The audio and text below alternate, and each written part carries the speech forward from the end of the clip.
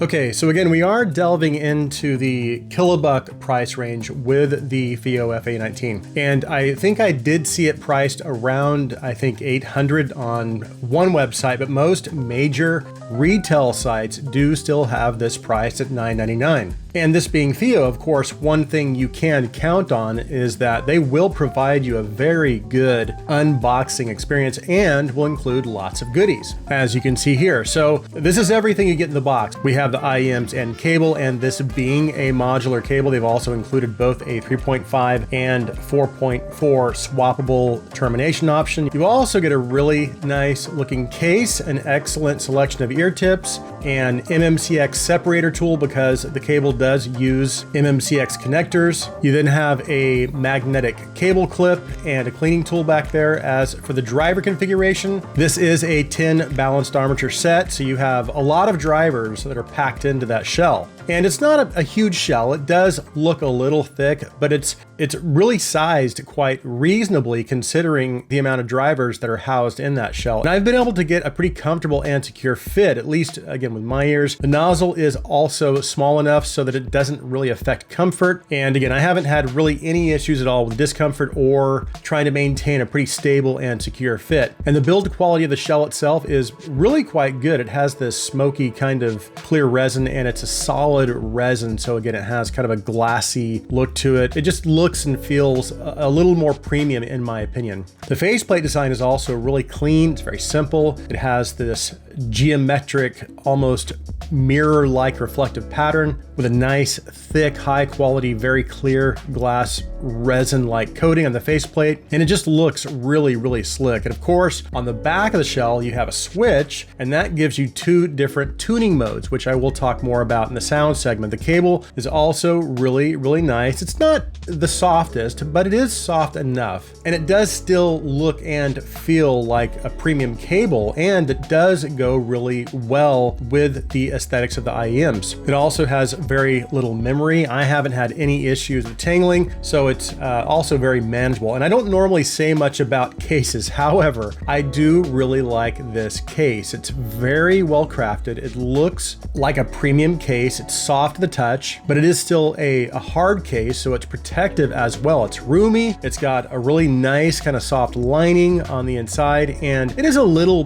big, but it's generally a manageable size. So the package as a whole, from an aesthetics perspective, it's all very pleasing to the eye. From a build quality perspective, everything feels nice to the touch and just looks and feels premium. Fit is good, comfort levels are good, and again, from an accessory perspective, I think it's a very nicely appointed package. Okay, let's go ahead and move on to sound.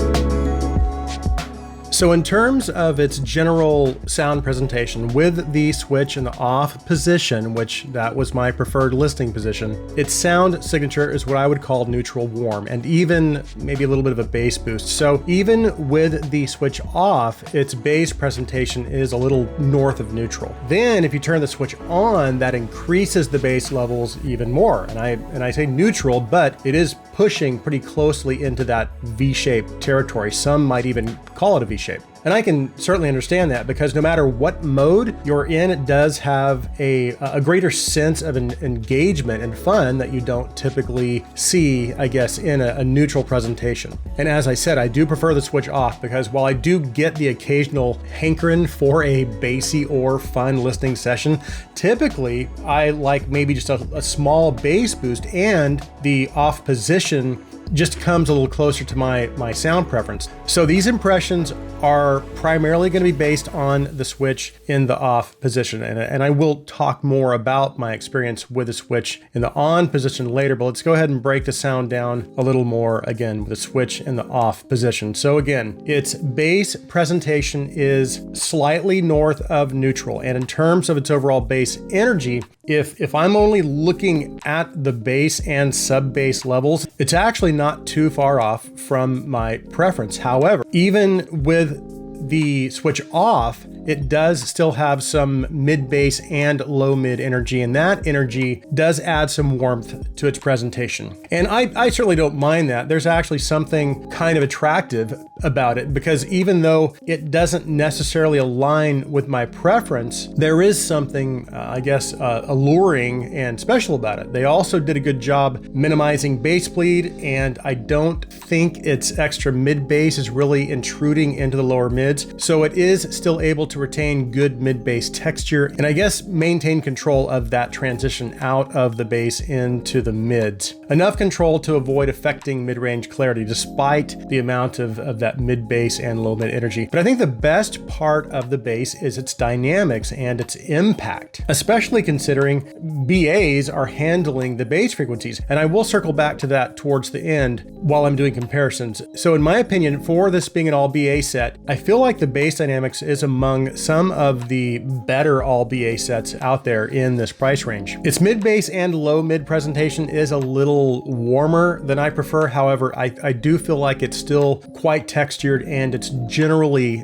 clean sounding. Of course, that warmth means male vocals and some instruments will have a little extra richness, and depending on the range of the female voice, it can also add maybe a little bit of a huskiness to female vocals, and it also allows a lot of that vocal and instrument texture to come through as well. Now, just because its warmth level is a little above my preference, I'm not saying it sounds bad at all. I actually think that added weight does give instruments and vocals a little more physicality, and it can even add to its overall naturalness. It's a great set for classic rock, by the way. Now, just a side note, to me, this is something that makes this IEM different. It's not just a warm IEM, and it's even what I would consider to be maybe standout within the kilobuck range.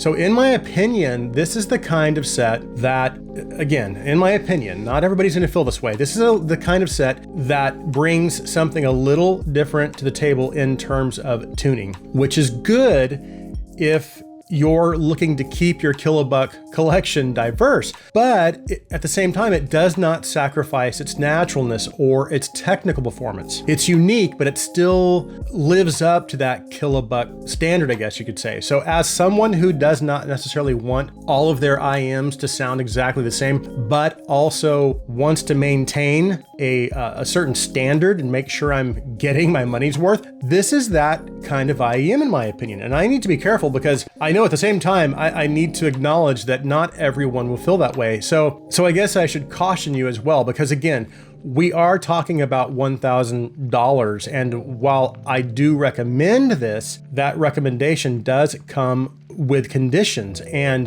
that condition is that if you do want a little bit of diversity in your collection, but you don't like the idea of straying too far from your preference, a purchase like this can be risky. Hopefully that makes sense. Now, moving on, as you move into the upper mids and treble, there is enough energy in the top half to balance out that added low, mid, and bass energy, but just barely. I do feel like my attention is still maybe being drawn to the bottom half of its tuning, depending on the track and the genre of music. That said, there is still enough energy for vocals to cut through without sounding overpowered. That's not an issue for me at all. Vocals are still front and center, and they do maintain, again, that good, strong center focus. And it's also giving me good vocal naturalness, texture, and clarity as well. Its treble energy is also good. It's a lot, and I think they are pushing the boundaries a little bit because it can start to kind of edge towards or push into that edgy territory, but I don't think it comes at the sacrifice of overall treble refinement and naturalness. Now, I will say it does seem like a lot of that treble energy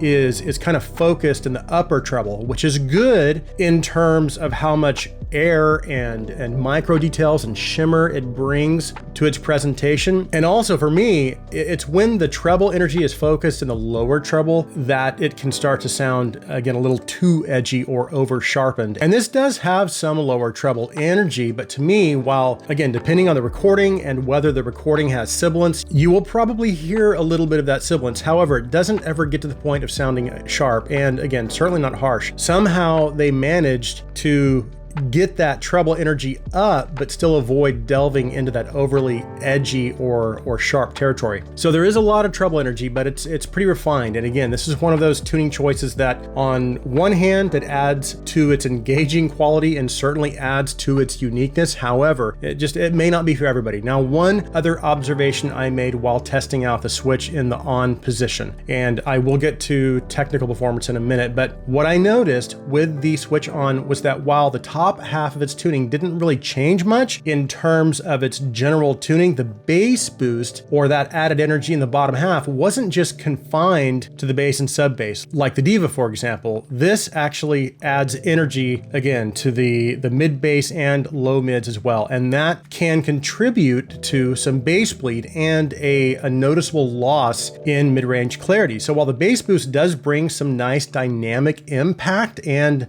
some extra sub-bass rumble to its presentation, there was still, again, a little bit of a trade-off, and it does come at the expense of mid-range clarity, unfortunately. And I do think the Diva's implementation of that bass style was executed better, because with the Diva, they confined the boost primarily to the sub bass, and then they left the mid bass and low mids alone. So that transition out of the mids into the bass, it's just much more controlled. So the lower mid-range is extremely clean. And again, like I said, I do need an occasional bass fix, and the Diva is kind of my go-to IEM for that. Plus, it has one of the best implementations of balanced armature bass that I've ever heard. And I don't know exactly how they did it, but I know it can be done. That said, with the FA19 switch in the off position, while I don't know if I could say it's the best BA bass I've heard, I do still feel confident though. I can say it's still really well done, especially for this price point. It is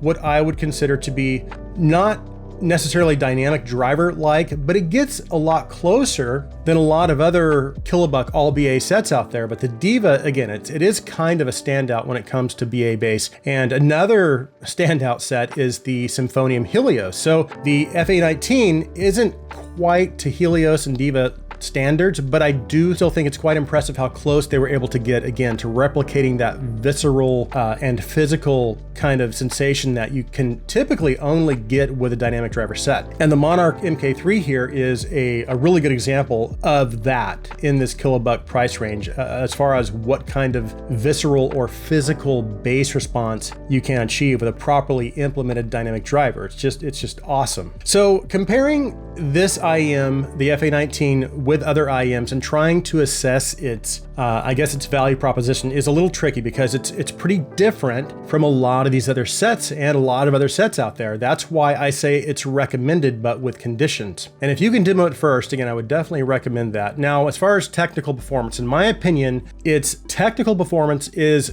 maybe not quite as good as something like the Diva, but it is close. It's close to the Monarch MK3, it's close to the Cantor, the Helios. Its soundstage is not the widest for an IEM, but it is still what I would consider above average for sure. Detail levels are very good. Instrument and vocal separation is excellent, as is its forward depth. So positional cues of instruments are accurate, and there's also a really nice sense of weight and density and focus to instruments and vocals as well. So not necessarily a technical beast, but it's still definitely worthy of this kilobuck price range. So I guess in conclusion, I hate using the term controversial to describe this set because that term can have a little bit of a negative connotation, and my experience with this set was not negative at all. As a matter of fact, I had some pretty amazing listening sessions with this set. I feel like it sounded great with classic rock because of the extra added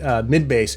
But it still sounded refined and nice and textured. It also did great with EDM, but I also kind of enjoyed it with jazz at the pawn shop and Hoff Ensemble. So I really did get a lot of listening enjoyment out of the FA19. However, again, this is one of those sets that for some, it could be a little too different. And at this price point, the reality is that when you have sets like the Monarch MK3 or the RSV by Soft Ears, the Symphonium Helios, and even the FIIO Cantor and more, for the kilobuck price range, those sets kind of have it all. They're engaging, they're technical, they're very natural, and at the end of the day, for $1,000, you can feel pretty confident that you're going to get your money's worth. So it can start to get a little tricky because depending on where you are, I guess, in the hobby, whether you've been in the hobby for a while and maybe you're bored, you're looking for some diversity in your collection, so you're maybe a little more open to different types of tuning styles, in which case something like this might